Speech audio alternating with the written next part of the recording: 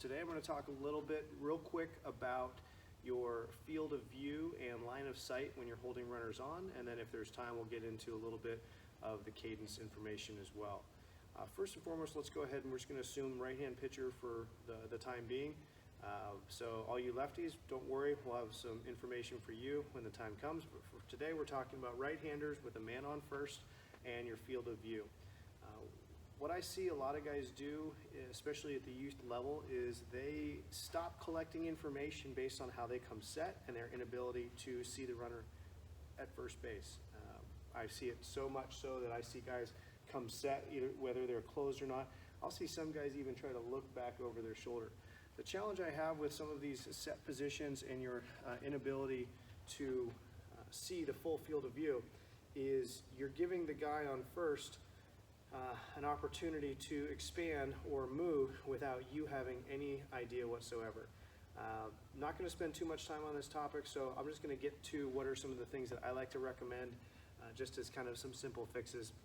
First and foremost, I do not ever like looking back over the back shoulder.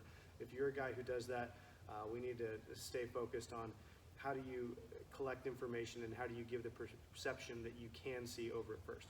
So let's just be real short and sweet. Taking your sign, you should be able to see your guy at first base if you want. But when you come set, what I'd like you to guys practice doing is when you come set, I'd like you to see how much of the first guy on first can you see without even moving your gaze. Now, hopefully some of you who are coming set at a neutral position, generally speaking, with your neutral, by neutral I mean the feet approximately even with one another, as opposed to closed with the left foot forward or open with the left foot out. If you're in a relatively neutral position and your front shoulder is pointed right towards home plate, you should be able to see that runner at first. Now, you may not be able to directly see him, but you should, out of your peripheral vision, start to see whether there is creeping occurring or movement occurring or even a break occurring.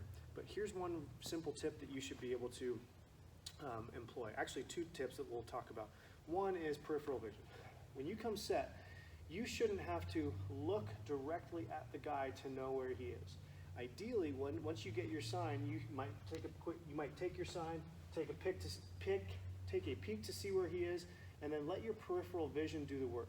If you see expansion, you knew where he was to start, plus you did your homework, and now with your peripheral vision, you get to see him extend, or no movement, and you know exactly where he is on his primary. If you cannot do that, that's a skill I'd like you to practice. The next step of this is let's pretend that you are a guy who is closed or you don't feel comfortable with your peripheral vision. Here's the next tip that I would recommend.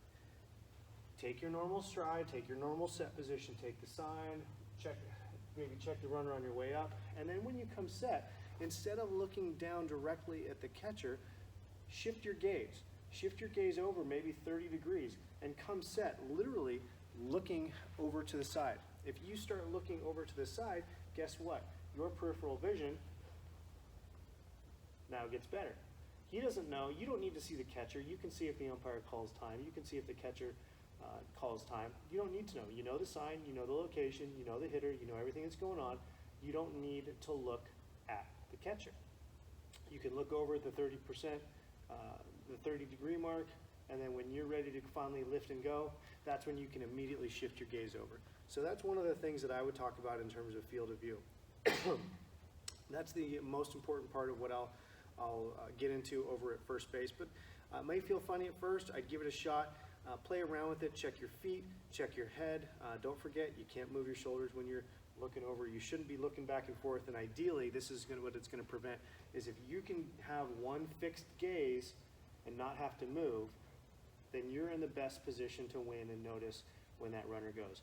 If your eyes have to shift back and forth in order to pick up information, you're losing information because when you're not looking over there, that guy can expand. If you have to go look back, that's something I think that we can try to get away from.